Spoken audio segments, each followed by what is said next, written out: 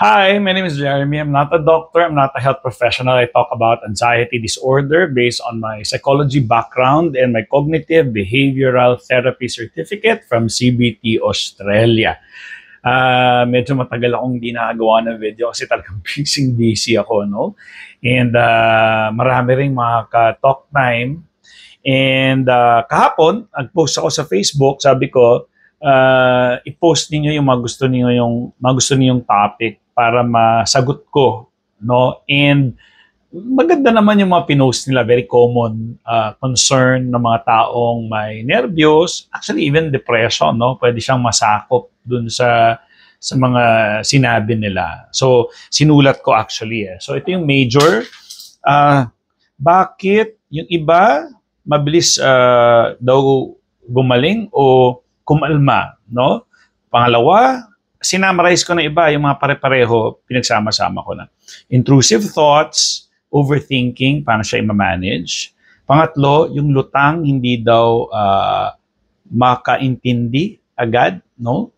Number 4, pananakit ng mga batok at balikat and other symptoms. Yung iba, daming symptoms. Ibig sabihin, hindi niya pa napapanood lahat ng videos. So, actually, lahat ng ito, na-discuss ko na yan sa mga videos. Pero dahil sa ni-request ninyo at iisahin natin siya sa isang video, yung 4 na yon, ito yon. So, before I start, kailangan po ay diagnose tayo ng doktor sa ating mental condition. Hindi pwedeng hindi. Okay? Hindi pwedeng hindi. Bakit? Kasi may mga sakit, no? May mga totoong kondisyon na physical yung katawan talaga natin. Although ang mental naman, physical pa rin nasa brain natin, ano? Pero yung psychology, yung thinking, no? Doon nagkakaproblema. Okay? So, kailangan ano tawag dito, yung maklaro sa inyo, sa isip niyo, or ma-rule out yung mga physical na sakit talaga. Okay? Kasi kapareho niya ng symptoms yung anxiety. Ngayon, kahit ayusin mo yung anxiety disorder mo, kung talagang may sakit ka, hindi yan gagaling. So, kaya dapat also, yung assurance na sinabi ng doktor, base sa mga test mo and all, na wala kang sakit, walang problema, na talagang sa pag-iisip lang, maaring may anxiety ka. Okay? Ang dapat kasi mangyari niyan, i-endorse ka ng doktor sa psychiatrist.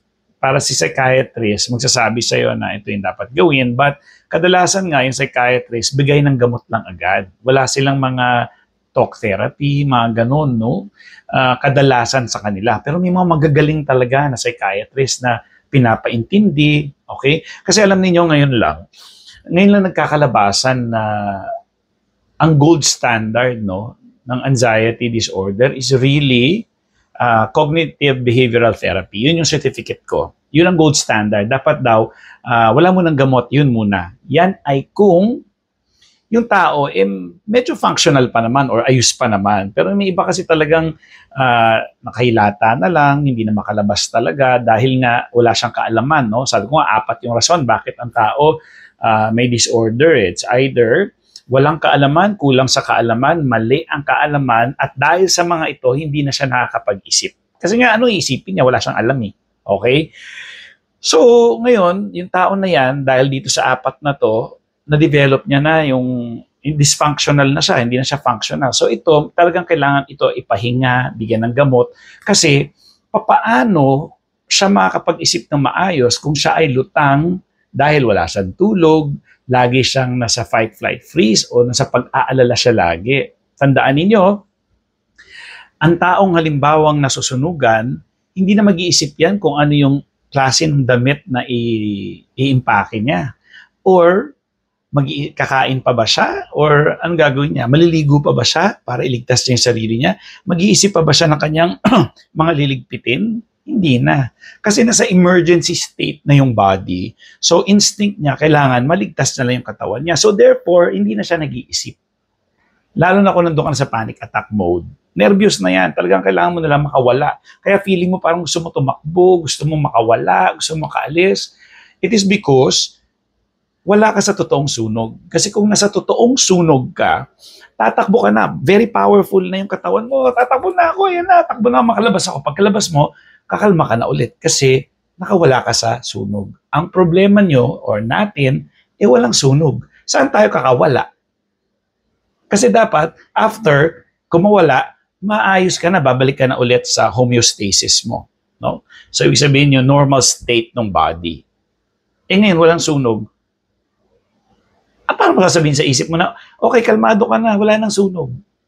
Ikaw lahat ang gumawa ng katatakutan mo sa sarili mo. Kasi nasa isip siya Mas maganda nga actually yung may real danger para nare-rationalize mo Pagkatapos ng danger, tapos na, kalmado ka na ulit. Babalik ka na sa kalma mo na state.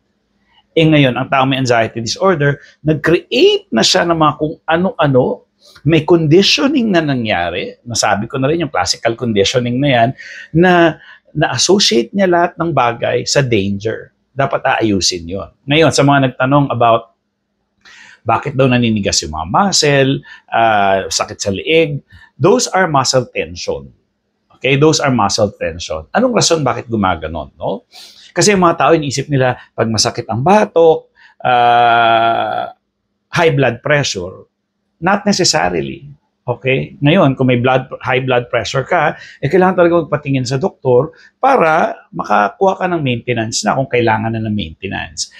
Pero kunyari mga bata ka pa lang, mga 20 plus ka pa lang, tapos tumataas lang talaga yung BP mo because of anxiety, then it should be okay.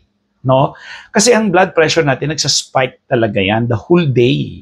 Kahit wala ka sa panic, depende sa gagawin mo. Halimbawa, mainit, tataas ang blood pressure. Naiihi ka, tataas ang blood pressure. Nagbuhat ka, tataas ang blood pressure. Akit ka sa hagdan, tataas ang blood pressure.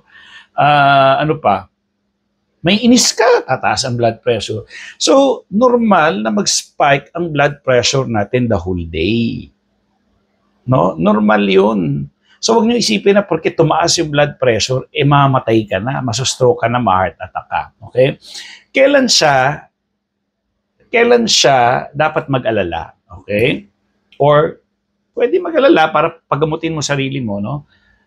Kailan? Kapag nasa normal state ka, tapos ang BP mo mataas. Pero usually, nangyayari yan sa may mga edad na, may mga sakit, ganun. Pero kung wala, hindi. Tingnan mo, kahit grabe panic mo, pag tiningnan ng doktor, normal naman BP mo. Diba? Kasi bata ka pa. Halimbawa ako, may edad na ako. So medyo mataas talaga BP ko pag chinek. Pero talagang pagkalma naman ako, talagang wala pa sa 120/80. Less than 120/80 yung aking blood pressure.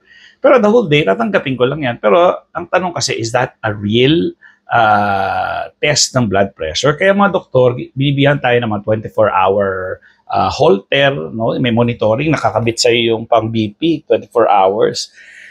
So, nare-record doon at averaging ang ginagawa dyan. Oo.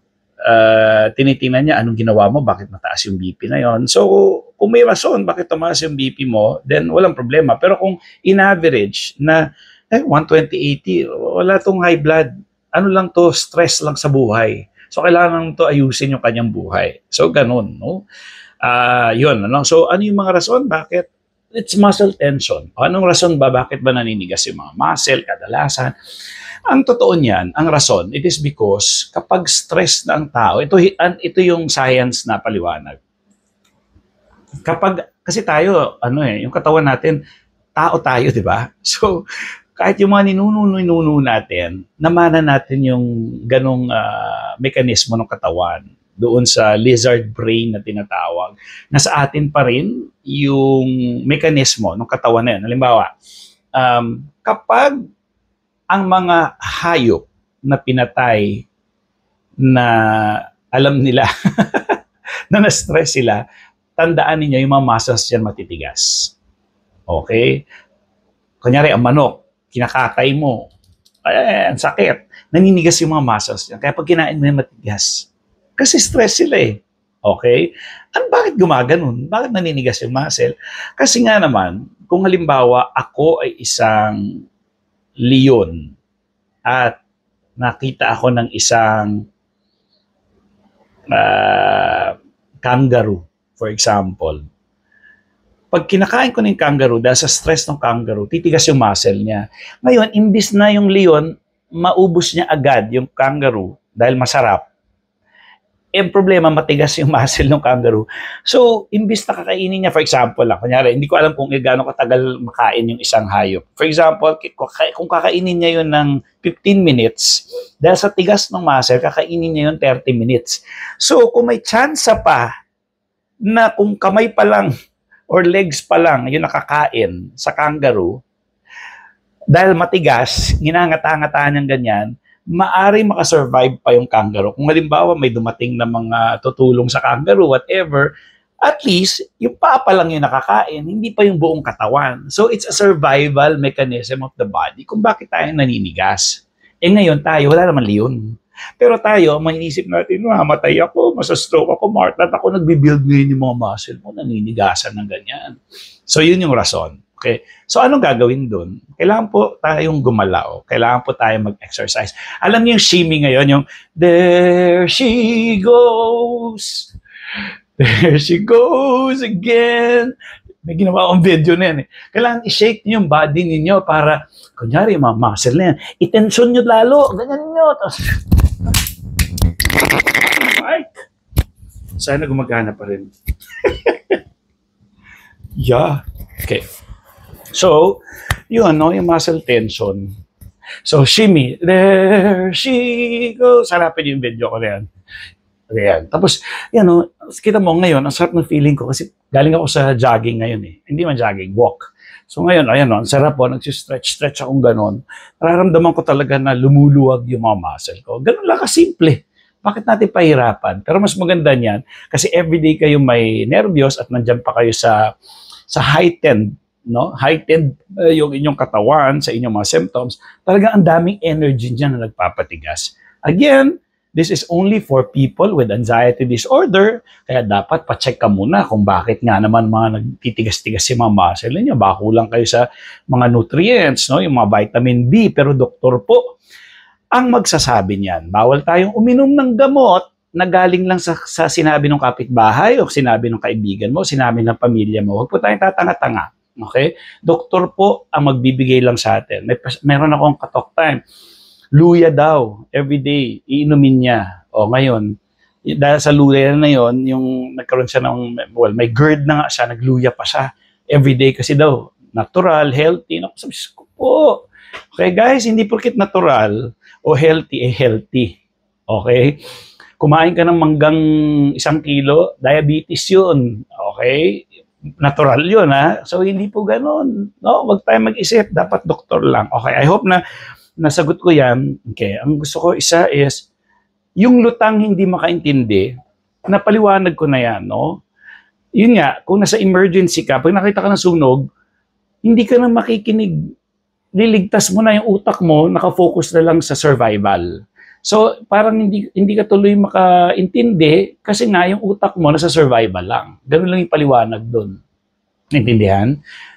Pero nga wala kang sunog. So, nandun ka lang so ikaw ngayon, nakafocus ka lang doon sa symptoms mo, sa anxiety mo, hindi ka makaintindi ngayon kasi doon ka lang nakafocus. Heightened ka ngayon kasi nasa survival or nasa emergency mode ka ng katawan mo. So, mahirap talagang pumasok. Kaya, ang ginagawa ng mga doktor, painumin ng gamot yan, papahingahin yan, para kumalma naman yung pag-iisip. At huwag po tayong matatakot sa gamot, mga hangal, okay? Nabuwisit kasi ako yung iba, napanood lang nila yung isa, ganito nangyari, generalize na. Ilang years na ho yung mga gamot na yan, okay? Hindi ako advocate ng gamot. Ayoko rin ng gamot. Why? Kasi pwede siyang makuha sa talk time, sa ganito, sa tawang pagkakaintindi. Okay? Pero ang gamot kailangan, kapag talagang yung tao medyo hirap, kailangan na ngayon ng suporta. Kumbaga, habang pilay ka, meron ang saklay. Naintindihan? Yung gamot na yung saklay, hindi po forever yan. Huwag tayo mag-iisip na magiging addict ka dyan, tanggalin nyo po yun. Nakakatarantaduhan yun. Meron lang tatanga-tanga, bobo, pareho sila ng doktor nila. Ayun, gano'n nangyari. Meron naman talagang dependent sa gamot. O sige, bakit sila dependent sa gamot? It is because kailangan talaga nila. Hindi dahil sa anxiety, but really there are mental conditions na dahil sa make-up na nung kanilang pag-iisip yon, hindi pag-iisip, ng kanilang brain. Halimbawa, ang taong may stroke, Ibig sabihin ng stroke, hindi dumalo yung dugo, namatay yung part ng brain or mga cells doon, hindi makukuha sa ano yun, hindi makukuha yun sa cognitive behavioral therapy o sa pag-iisip. So, kailangan doon may mga gamot na kailangan inumin kasi nga napinsala yung brain, no? So, therefore, may mga mental condition na ganon. Okay? Pinanganak silang ganon or na-aksidente sila or nag-drug sila na nasira yung parte ng brain nila. So, sa anxiety disorder lang na walang aksidente sa utak, sa ulo, na hindi naman nag-drugs or hindi naman nasira sa substance or alcohol, whatever, hindi naman na stroke, then okay lang yung magsalita. No? Pero there are also, kasi ang katawan natin, halimbawa, hindi ka nga lang matulog ng isang araw, nagpuyat ka nga lang medyo lutang ka na di ba? So, kunyari isa, okay lang yun. Talaga na-experience natin yun, normal yun Tingnan yung mga namamatayan. Di ba? Ilang araw sila nagpupuyat kasi naglalamay sila. Lutang sila, iiyak lang sila, lutang sila. Pero lumilipas din naman yun. Pag nalibing na, after a month, normal na ulit yung tao. So, kailangan natin tanggapin yon na walang permanente. Nangyayari lang sa atin ngayon dahil may anxiety tayo. Sa baka bukas o dahil sa galing, dahil sa pakikinig nyo sa akin, naayos na kayo. Ganun lang siya simple. Huwag natin komplikaduhin, okay? Sana nasagot ko. Okay, next. Gusto ko to, yung intrusive thoughts, tsaka overthinking. Ano ang gagawin ko? Kasi isip ko parang ayaw tumigil sa pag-iisip. Anong gagawin ko dyan? Okay. Ganito naman yan. Okay? Kailangan natin mag-isip ng mabilis kung tayo ay kung tayo ay anxious. Kailangan natin, bakit tayo anxiety mo? Bakit tayo anxious? Kasi survival siya. Yun yung pinaka-bottom line nun. Kailangan iligtas ka ng katawan mo sa danger. Okay? Although sa atin, kala natin, mamamatay tayo, but in reality, yung anxiety na yan, para makatakas ka sa danger. Gets nyo? Pararamdamin nyo, mag-ER ka na. Baka mamatay ka, baka ma-heart attack ka, ma-stroke ka. Kaya ikaw naman, pupunta ka sa ER. That is anxiety para mabuhay ka na matagal. Yun ang ginagawa niya. So, kakampi natin yan, actually, tatanga-tanga lang. Okay? Kasi dapat nangyayari yan kapag may sunog. Hala, may sunog. So, ang bilis ng utak mo. Saan ako lalabas? Slow-mo. Saan ako lalabas? Ang dami ng apoy. Sa bitana ba? Or sa pinto? Saan? Makakalabas ba ako? Tapos ang bilis ngayon ng utak mo mag-isip, ayun, doon ako sa, tatakas ako doon. Ay, yung anak ko pala, kailangan. So ang bilis ng utak mo mag-isip na yun. Slow-mo lang ginawa ko. So, dahil ikaw ay may takot at may anxiety, ang bilis ngayon ng pag-iisip mo. Kailangan natin yon. Okay, ngayon, merong overthinking, cancer na to, ito na talaga yun, mamatay ako dito, etc. Aneurysm ako dito, kung ano-ano pang mga worst, matutumba ako, matayin ako, magwawala ako dito, kung ano-ano mga katarantaduhan, mga pinagsasabi ng isip natin. So, guys, ganito lang yan. Gusto ko yung kay Joseph Nguyen na author. Ang galing, ang ganda. Although yung concept niya, medyo alam ko na rin talaga yun. Kasi nag-cognitive behavior therapy siya na therapy. Ang dami niya yung mga pinakikinggan niya, napakinggan ko na rin lahat, halos. O baka mas marami pa ako. Pero gusto ko kasi gumawa siya ng book. So, sabi niya, yung thought and thinking, actually nasabi ko na rin naman to dati pa Pero ito parang isang araw ko lang siya napakinggan sa interview. Ang galing. Okay, so anong nangyari? I-define natin what is a thought and what is thinking. Maganda yung kanya. Okay? Thought and thinking.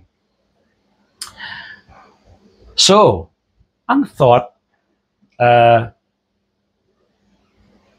yung loto, mataas daw ngayon, sabi. So, nakapag-isip ako, may nagsabi sa akin, naisip ko lang, naalala ko, na ang loto ay mataas ngayon.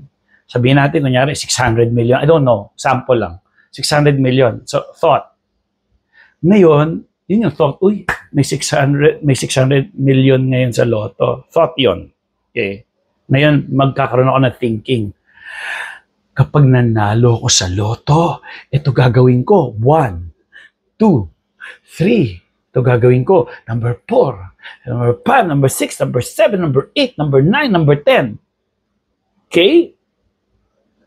Ay, mananalo ako sa loto. Ang dami kong gagawin. Tutulong ako. Bibili ako ng ganito.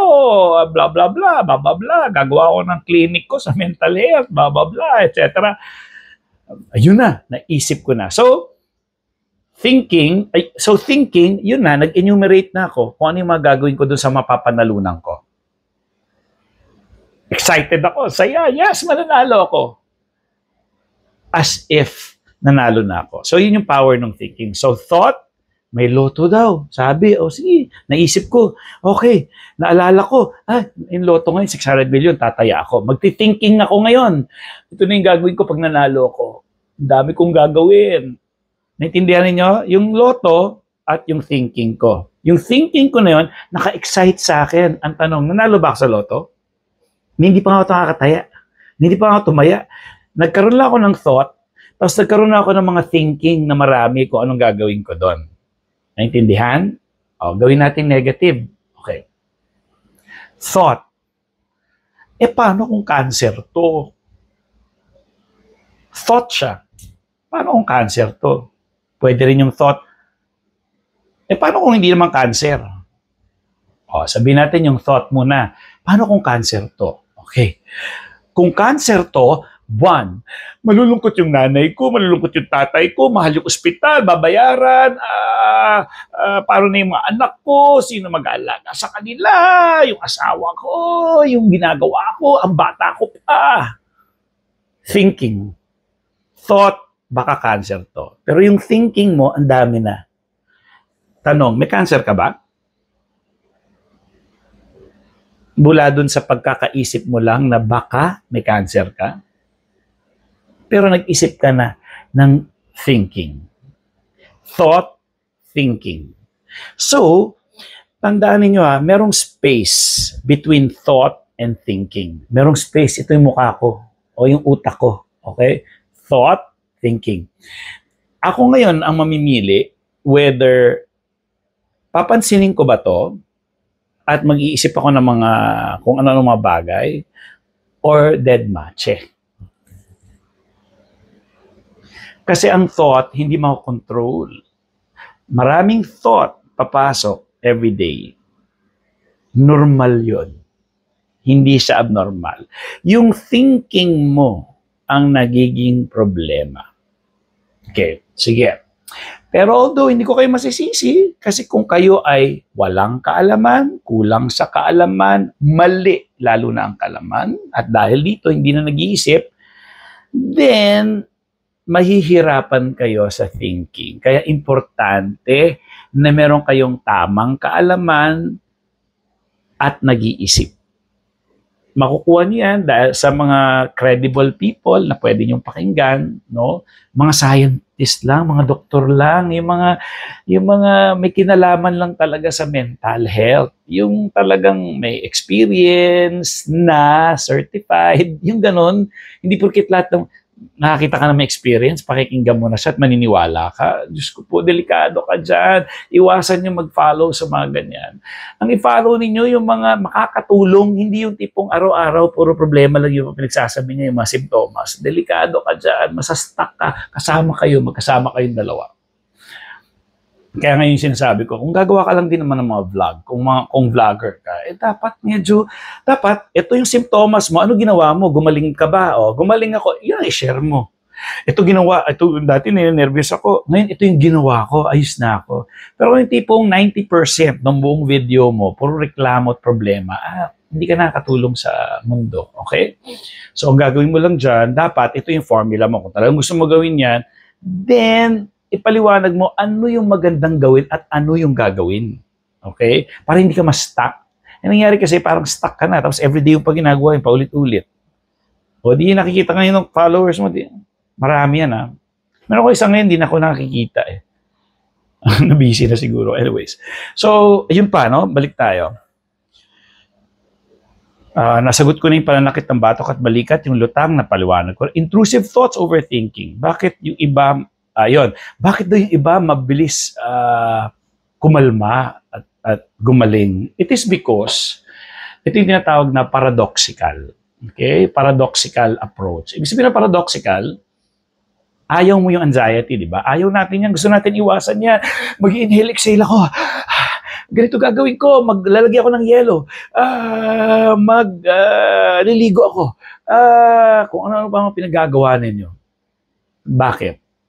Para mawala yung simptomas. Kapag ginagawa nyo yung mga yon at yung utak nyo ay para mawala yung simptomas, hindi kayo mawala. Trap kayo doon. Pero, kaya paradoxical, kasi yayakapin natin, yung inaayawan natin na symptoms, imbis na ayawan, pag yan niyakap mo at tinanggap mo, dahil naintindihan mo na siya, na you're not in danger, nawawala yan. Doon siya mawawala. Pero kung yung ayoko to, hindi po mawala. It will only vanish o mawala if anxiety ka lang pala, gusto mo lang pala ako iligtas, pasali ka dito, stay. Nahirapan ba ako huminga? Sige, stay. Nahirapan ako huminga. Nahilo ako, stay. Huwag tayong mag-thinking na hilo, stroke, aneurysm. Yun yung kukontrolin. Gagawin natin, hello there. Ngayon, pakiramdam ko ninenervyos ako. Pero kahit ninenervyos ako, gagawin ko pa rin yung buhay ko. Maliligo ako, mag-prepare ako ng pagkain, papasok ko sa opisina. Kahit ninenervyos ako sa opisina, okay lang yon. At kapag ganun ka everyday, dun lang siya mawawala. Pero kunyari, hindi, takot ako talaga. Hihinga ako. Grounding, 5 colors, 4 whatever naririnig, 3 kung ano pa yung 5, 4, 3, 2, 1 mo, no? Yung 5 senses mo. Ginagawa mo siya kasi takot ka para maiwasan mo yung symptoms, hindi po mawawala yun. Pero halimbawa, kailan gagamitin yun? Okay, ito, hindi ako, ang pangit ang pakiramdam ko, kulang sa tulog siguro to. Pero kailangan ko kasi magtrabaho eh. Sige na nga, dyan ka lang. Pero para medyo malesen ka lang sa akin, sige, mag-grounding ako kasi ayaw tumigil yung pag-iisip ko. Sige, 5 kulay na blue, ano yun? Bed, shorts, container, slippers, yung sa tubig. So habang ginagawa ko yun, nawawala na yung pag-iisip ko sa thinking, no? Yung thinking na negative So ngayon, ano yung 4 na nakikita, 4 na ano ba yun? Ano ba mga senses? Panlasa, pang-amoy, 4 na naririnig. Okay, narinig ko electric fan, aircon.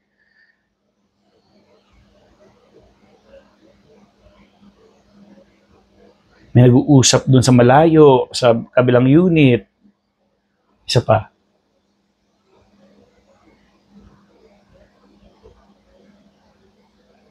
Basta kung ano yun. Ito na lang. Yun pa ako. So, 4. So, nawawala na yung thinking ko sa negative. Ginagawa ko yun para hindi na ako mag-overthink. Ginawa ko siya, natanggap ko yung symptoms, anxiety. Yun lang yung way, yung sinasabi kong paradoxical, na kapag inaayawan mo lalo, magsistay siya. Pero kapag minahal mo siya, hello there, anxiety symptoms. Sige lang, alika dito, stay. Hanggat ini-invite mo, todo mo pa. Kapag ganun yung iyong reaction sa kanya. At totoo kasi alam mo sa likod ng utak mo that you're not in danger, it's your physical manifestation of what you are thinking. Pero hindi ganun kadali yun. Doon mo ko kakailanganin. Kaya dapat mapanood mo lahat ng mga videos ko. And others, hindi ko sinasabing ako lang. Basta kailangan lang mga scientist, yung nag-aral talaga, may mga certificate, yun yung mga dapat credible, yung may credibility. Pero iwas na po tayo dun sa nagkaroon ng experience. Hindi sa sinisiraan ko sila. Ang problema kasi, nung ino-observe ko, mas nakakatakot eh. no? I'm sorry. And I know also some people are listening to me. In fact, may nakita akong comment, nagagalit na daw yung isa sa akin kasi yun yung mga pinagsasabi ko. No? It's my opinion. Kung willing pa rin kayo at sa tingin niyo, hindi, meron naman in fairness meron na ganun yung format niya na sinasabi niya, kaso yung iba mali eh. Halimbawa, yung mga malunggay. Yun talaga mali yun eh, yung mga malunggay. Siguro baka pagiging healthy ka, that's okay. Pero because of your anxiety, you eat malunggay, medyo hindi tayo hindi tayo proven, no? So yun, okay? So now, pwede nyo akong kontakin sa Facebook page ko, Anxiety Disorder Philippines, at message nyo ako doon, gusto nyo kausapin. Pag-usapan natin yung presyo, hindi po ako tulong ito. Hindi ako magsasamantala dyan. In fact, I don't ask questions. I don't say the price. Kayo magsasabi sa akin kung magkano kaya rin nyo. Kung kaya naman, okay naman, why not? You try it. Pero kung hindi, kunyari, sabi mo 100, may gagawin pa ako sa isang oras ko. Isang oras ko, marami pa akong kikitain noon, no? Sa work ko, kaysa dun sa 100 mo na mag-uusap tayo. So I hope you understand that. Kaya naman, huwag kayong mahinaan ng loob, itong videos na to, libre. Ginagawa ko nga ito para dun sa mga taong hindi kaya talaga. At least magkaroon sila ng kaalaman. But then again, kailangan diagnose ang doktor. Yun lang yung requirement ko. Pag hindi, huwag kayo dito. Kasi mamaya may sakit ka pala talaga, diba? Hindi natin alam. So, okay? So, with that, guys, maraming salamat. I hope yung video nakatulong sa inyo and please comment. Bye!